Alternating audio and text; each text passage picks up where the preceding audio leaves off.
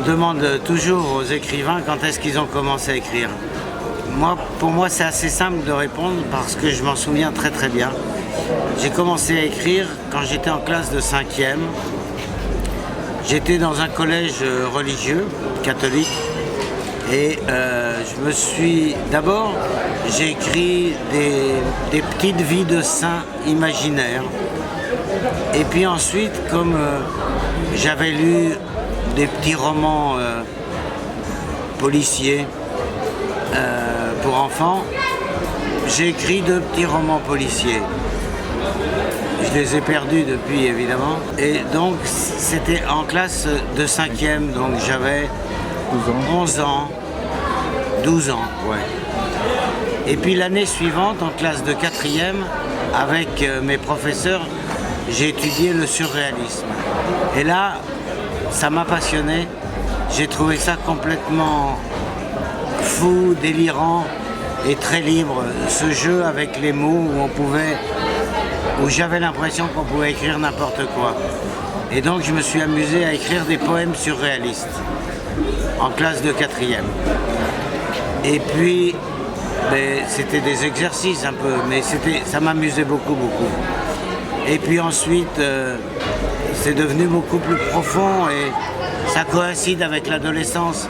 À l'adolescence, on a du mal à parler, à se confier, à parler à ses parents, même à ses amis. Et donc j'écrivais des poèmes le plus souvent pour dire ce que j'avais sur le cœur, ce que j'arrivais pas. J'écrivais ce que j'arrivais pas à dire. Voilà. Et puis, ça ne s'est jamais arrêté. J'ai toujours écrit. Le premier livre que j'ai écrit, c'est un recueil de poèmes que j'ai construit quand j'avais 20 ans. Je l'ai envoyé à un éditeur qui m'a répondu « Formidable, je vais en faire le livre de la rentrée littéraire ». Sur la première page de sa réponse. Sur la deuxième page, c'était la situation économique de la poésie est difficile, donc je vous demanderai plusieurs centaines de francs à l'époque. J'ai montré cette lettre à un oncle qui travaillait dans l'édition et qui m'a dit « faut pas répondre ». Ils envoient cette lettre à tous les gens qui leur envoient des manuscrits et un auteur n'a pas à payer pour être publié. Alors j'ai mis mon manuscrit dans un tiroir et je l'ai oublié pendant 8 ou 9 ans, jusqu'au jour où j'ai rencontré un éditeur qui faisait vraiment du compte d'éditeur, qui s'appelle le Castor Astral. Je l'ai rencontré sur un salon, moi j'y allais comme visiteur, et on s'est tout de suite bien entendu. Je lui ai dit que j'avais écrit un manuscrit, il m'a dit envoie-le-moi, et je lui ai envoyé, il l'a publié aussitôt. Et donc j'avais 29 ans, je crois. C'était mon premier livre. Voilà. Et l'éditeur, c'était le Castor Astral. Alors, inspiré, je sais pas, mais qui m'ont marqué énormément, oui. Le premier auteur qui m'a marqué, c'est un Sétois, on est ici à Sète, c'est Pierre Tillemans. Quand j'avais 17 ans, j'ai lu un tout petit article dans une revue littéraire qui disait « Un jeune auteur sort son premier recueil de poèmes, ça s'appelle La flûte de Marcus et l'auteur s'appelle le Pierre Tillemans ». Et je me suis dit « Mais qu'est-ce que peut écrire un jeune auteur aujourd'hui ?» J'avais lu que Baudelaire et Rimbaud, pratiquement. Jules Supervielle, un peu. Et j'ai acheté son livre, et ça a été un choc, un des plus gros chocs de ma vie, parce que ce poète, Pierre Tillemans, il écrivait avec mes mots, et il écrivait mes sensations, il écrivait mes révoltes, il écrivait mes désespoirs, c'était extraordinaire. Après, j'ai acheté tous les livres de Pierre Tillemans, et Pierre Tillemans, je l'ai rencontré physiquement 25 ans après, presque 30 ans après, et on est devenus les meilleurs amis du monde. Il a 6 ans de plus que moi et c'est mon grand frère. Alors ensuite, j'ai lu beaucoup de poésie de cette génération-là, des auteurs, disons, qui aujourd'hui ont à peu près 70 ans, mais qui étaient des jeunes gens à l'époque. Donc Daniel Biga, Franck Venaille, tous ces poètes, Guy Bellet aussi, formidable Guy Bellet, Georges L. Godot, enfin voilà, donc ça a été les poètes que j'ai lus. Mais j'ai lu aussi des poètes plus anciens, plus classiques. J'ai lu par exemple, qui m'a beaucoup marqué, Jean Rictus. J'ai lu beaucoup, j'ai lu les œuvres complètes de Jules Supervielle. Et puis un jour, j'ai découvert André Fresneau. Et André Fresneau, pour moi, c'est un immense poète. Je ne comprends pas qu'il ne soit pas dans la Pléiade. C'est un contemporain exact de René Char. Et pour moi, c'est 10 fois meilleur que René Char. Et puis voilà, il y a des poètes étrangers qui me plaisent beaucoup. Il y a Wisława Szymborska, la polonaise. Il y a Pentti Ollapa, qui est un Scandinave. Je dis un Scandinave, j'ai peur de me tromper de pays, c'est pour ça. Il y a un Marocain, Abdallah Zrika. Enfin, il y en a beaucoup. Je cite ceux qui me viennent à l'instant, mais il y en a quand même beaucoup. Il y en a beaucoup, oui et non. Parce que, comme tous les gens qui s'intéressent de près à un domaine, je suis très difficile. Donc, aimer la poésie, c'est pas aimer toute la poésie. Donc, il y a beaucoup de choses qui me paraissent, comme dit Valérie Rousseau, interchangeables. Des poèmes qui sont pas mal, mais il n'y a pas vraiment de voix personnelle. Bon, c'est pas mal, mais ça suffit pas. Mais dans les poètes plus jeunes que moi, il y a par exemple, qui me touche énormément, que je trouve excellent, il y a par exemple Ludovic de Grotte ou Christophe Manon. Pour moi, Christophe Manon, c'est un poète exceptionnel aujourd'hui. Donc voilà, j'ai cité quelques noms, j'en oublie beaucoup. Hein. Comment tu écris tes poèmes? Alors souvent dans les classes, les enfants me disent combien de temps vous mettez à faire un poème. Ma réponse, elle est entre 5 minutes et 15 ans. Ça dépend quel poème. Il y a un poème qui peut venir tout de suite. Quand je dis un poème, c'est moins d'une page. Qui peut venir tout de suite. Premier jet, et ça va à peu près. C'est pas mal. Et puis il y a des poèmes, on n'y arrive pas. Alors on trouve la première phrase, on trouve pas la deuxième, on cherche, on rature.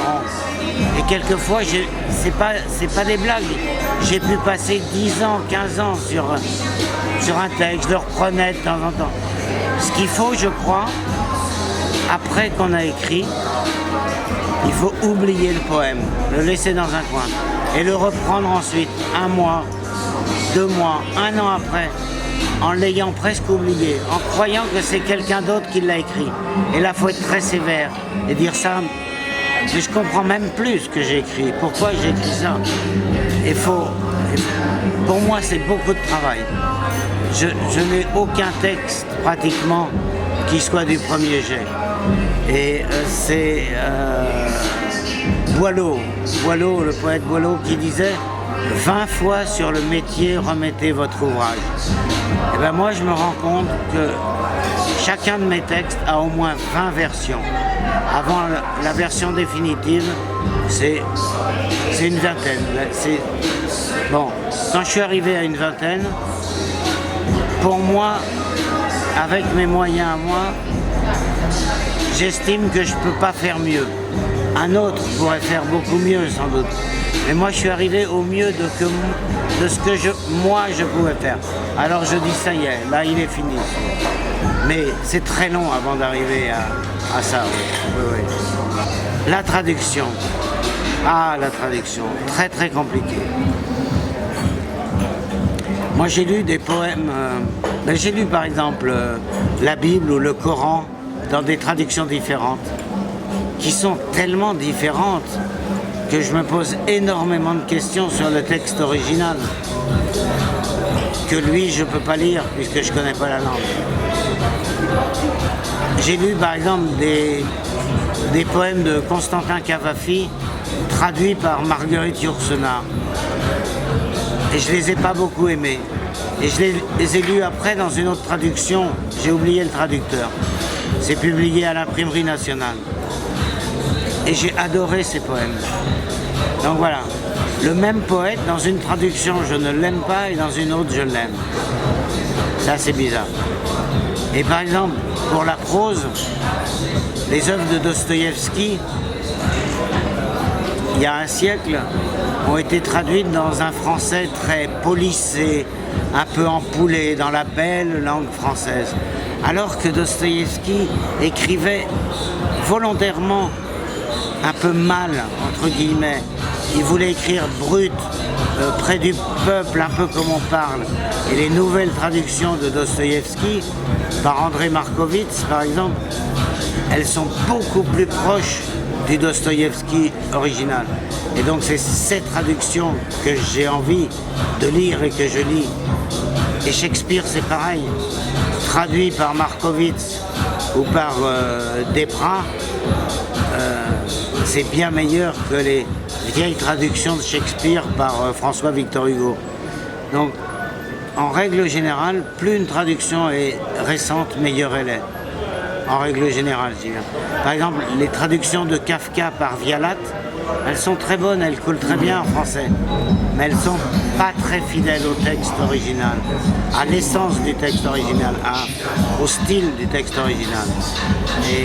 Et donc, je suis toujours intéressé par les dernières traductions. Qu'est-ce que tu penses à propos de la poésie actuelle francophone? Moi, je pense que pour la poésie, comme pour tout, on est dans une époque où on a le droit de tout faire. Alors, à la fois, c'est formidable et ça donne le vertige. Je veux dire, aujourd'hui, on peut porter les cheveux rasés, les cheveux courts, les cheveux longs, les cheveux de n'importe quelle façon. Alors qu'il y a 20 ans, si on avait les cheveux courts, on était un facho.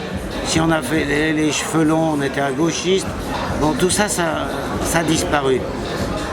Et je trouve ça très très bien. La poésie, c'est un peu pareil. On a le droit. La peinture, c'était pareil. À une époque, il fallait faire que de l'abstrait. À une autre époque, que du figuratif. Maintenant, on peut tout faire. Et la poésie, c'est pareil. Donc, il y a de tout. Il y a du formel, du conceptuel, du lyrique. Tout est permis. Et c'est très très bien. Et moi, j'aime pas les étiquettes, j'aime pas les catégories. Et il y a des choses que j'aime dans toutes les catégories. Il y a des choses que j'aime chez certains lyriques. Il y a des choses que je déteste chez d'autres lyriques. Il y a des choses que j'aime beaucoup chez certains conceptuels. Il y a des choses à l'avant-garde, entre guillemets, que j'aime et d'autres qui m'agacent beaucoup. Voilà, pour moi, il y a... Bon, avec ma subjectivité, il y a des choses qui sont bonnes et il y a des choses qui ne sont pas bonnes dans tout l'éventail des étiquettes politiques. Poétique, j'ai dit politique. Ah. Est-ce que la poésie est un besoin pour les autres? Ouais, c'est aux autres qu'il faut demander. Moi, je suis pas trop lyrique, pas trop rêveur à ce niveau-là. Quand j'entends des poètes faire des grandes déclarations en disant que la poésie est indispensable tous les jours, moi je dis, je crois que manger est plus indispensable tous les jours.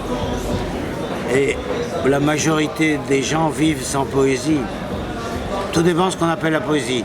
Si la poésie c'est une carte postale avec un coucher de soleil, alors la poésie elle est partout. Mais quand je parle de la poésie, c'est l'expression littéraire poésie. La plupart des gens s'en passent. Cela dit, moi j'en ai un besoin personnel. Très souvent, le matin, j'ai un livre à côté de mon bol de café et je lis 2, 3, 10 poèmes. Et j'ai l'impression que ça me fait du bien et que ça ouvre bien ma journée. Mais c'est un petit besoin personnel. Mais je crois que je pourrais me passer de poèmes le matin, mais j'aurais du mal à me passer de mon bol de café quand même. J'ai juste raconté un petit fait de la journée, une petite sensation, une petite impression. Alors, j'ai attendu le 1er janvier. Le 1er janvier, zéro. Pas d'idée. J'ai écrit le premier poème à la fin février. Et puis le deuxième au mois de mai ou au mois d'avril. Donc les 365 poèmes dans l'année, je les ai jamais eus. Donc j'ai écrit une fois de temps en temps, comme ça, là, pendant 4 ou 5 ans, voilà. Et il n'y en a pas 365 au total. Dimanche 10 mars, naturellement Mercedes. Naturellement décapotable. Naturellement dimanche midi, naturellement grand soleil, naturellement route de l'océan, naturellement lunettes noires, naturellement beaucoup plus jeune que lui, naturellement blonde, naturellement.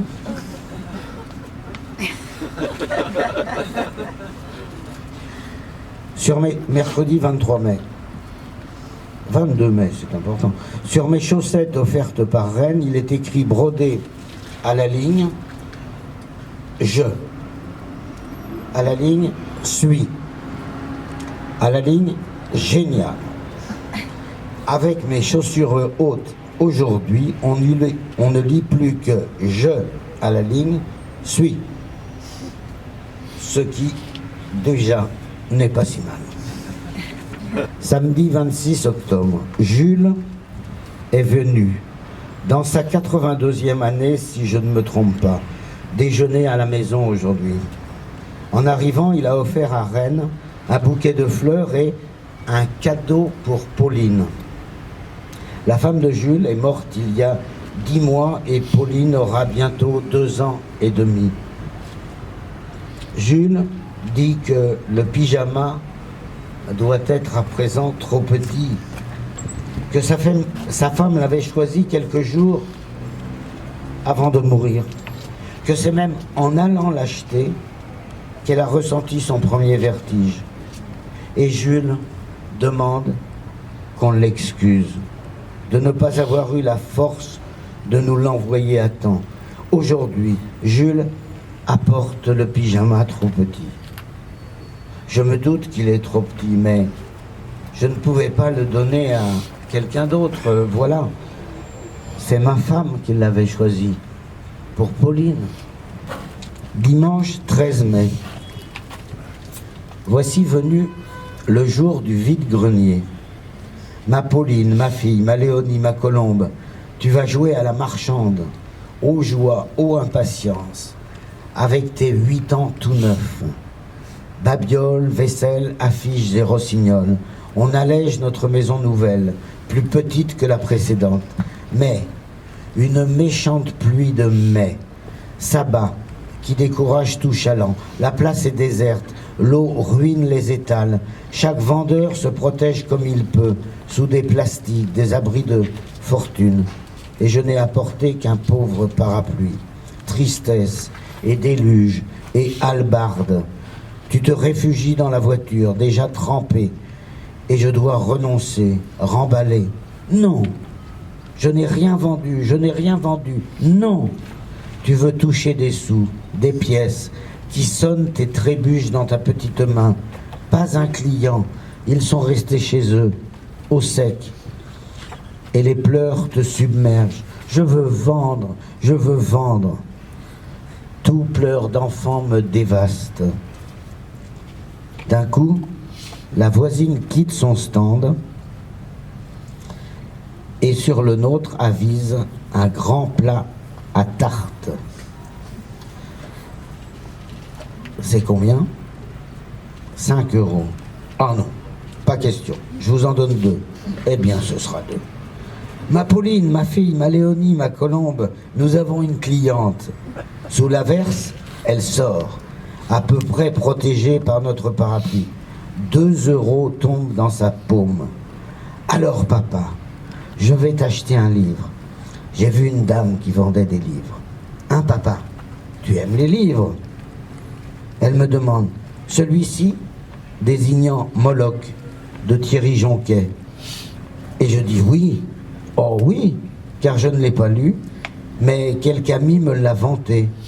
Pauline me fait un cadeau. Quel cadeau! Le premier livre qu'elle m'offre. Je suis cet homme, fiction suprême.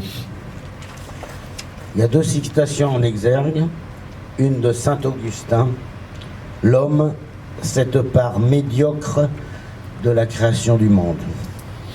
De la création de Dieu. Et la deuxième citation est de Wallace Stevens, la poésie, madame, est la fiction suprême. Je suis cet homme ici, et maintenant je suis cet homme. Je suis cet homme qui se risque vers vous, tête basse plutôt. Je suis cet homme qui réclame consolation, madame. Je suis cet homme au cœur battant, battu, battant. Je suis cet homme libre, emmuré en lui-même. Je suis cet homme qui ne sait plus ce qu'il attend. Je suis cet homme qui ne sait plus. Je suis cet homme déçu. Je suis cet homme décevant. Je suis cet homme qui n'échappe pas à la petitesse. Je suis cet homme qui n'y comprend plus rien. Je suis cet homme que le quotidien humilie. Je suis cet homme dont les enfants seront les juges. Je suis cet homme affolé, dépassé, dévoré, noué, englué, figé, alarmé, exténué, laminé, terrassé. Ça suffit. Je suis cet homme en panne de candeur. Je suis cet homme qui répugne à se plaindre et se plaint. Je suis cet homme qui se méfie de lui. Je suis cet homme mis à sac par ses émotions. Je suis cet homme inapte à choisir, à décider, à commander. Je suis cet homme qui a perdu l'insouciance. Je suis cet homme qui a trouvé l'ennui. Je suis cet homme que la lucidité garrotte. Je suis cet homme dont les hésitations cisaillent les entrailles. Je suis cet homme à terre qui se relèvera. Je suis cet homme bâillonné par les certitudes des autres. Je suis cet homme qui vacille sur les frontières. Je suis cet homme qui n'accepte de ne rien perdre. Je suis cet homme résigné à ne plus convaincre. Je suis cet homme irritable, irrité. Je suis cet homme qui s'arrange avec le ridicule. Je suis cet homme qui se couche foutu et se lève fourbu. Je suis cet homme que le spectacle des gens heureux meurtrit. Je suis cet homme dont l'intelligence permet d'évaluer la bêtise. Je suis cet homme accablé par l'étendue de son ignorance. Je suis cet homme trop fatigué pour s'expliquer. Je suis cet homme qui se demande dans quel état il se trouvera 2 heures plus tard. Je suis cet homme qui met en terre tout projet. Je suis cet homme emporté par le plus fort que soi. Je suis cet homme sans solution. Je suis cet homme qui a honte. Je suis cet homme qui s'entête à croire en la gentillesse. Je suis cet homme que la mélancolie défigure. Je suis cet homme dont les chairs se tordent et gémissent. Je suis cet homme animal tristé avant, pendant, après l'amour. Je suis cet homme petit homme, petit bonhomme rapetissé. Je suis cet homme qui n'aime rien tant que rire. Je suis cet homme qui s'est leurré. Je suis cet homme vivant à l'âge où meurt David Bowie. Je suis cet homme couturé de tendresse. Je suis cet homme qui claudique. Je suis cet homme qui fuit, se fuit et s'affranchit. Je suis cet homme que la fréquentation de l'intelligence exalte et déconforte. Je suis cet homme dont la défense ne berne plus les siens. Je suis cet homme à bout. Je suis cet homme contrevenant. Je suis cet homme qui a été. Je suis cet homme qui ne sera plus. ce qu'il voulait être. Je suis cet homme très convaincu de ses doutes. Je suis cet homme encore capable de vous faire éclater de rire.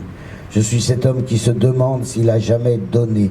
Je suis cet homme qui se demande s'il a jamais aimé. Je suis cet homme que la poésie sauve et asphyxie. Je suis cet homme dont les rêves fous ont failli. Je suis cet homme à qui rien ne suffit. Je suis cet homme éteint. Je suis cet homme qui préfère vous faire sourire. Je suis cet homme qui projette sa résurrection. Je suis cet homme incompréhensible. Je suis cet homme brûlé par trop d'amour. Je suis cet homme qui s'empêche. Je suis cet homme qui s'enfonce.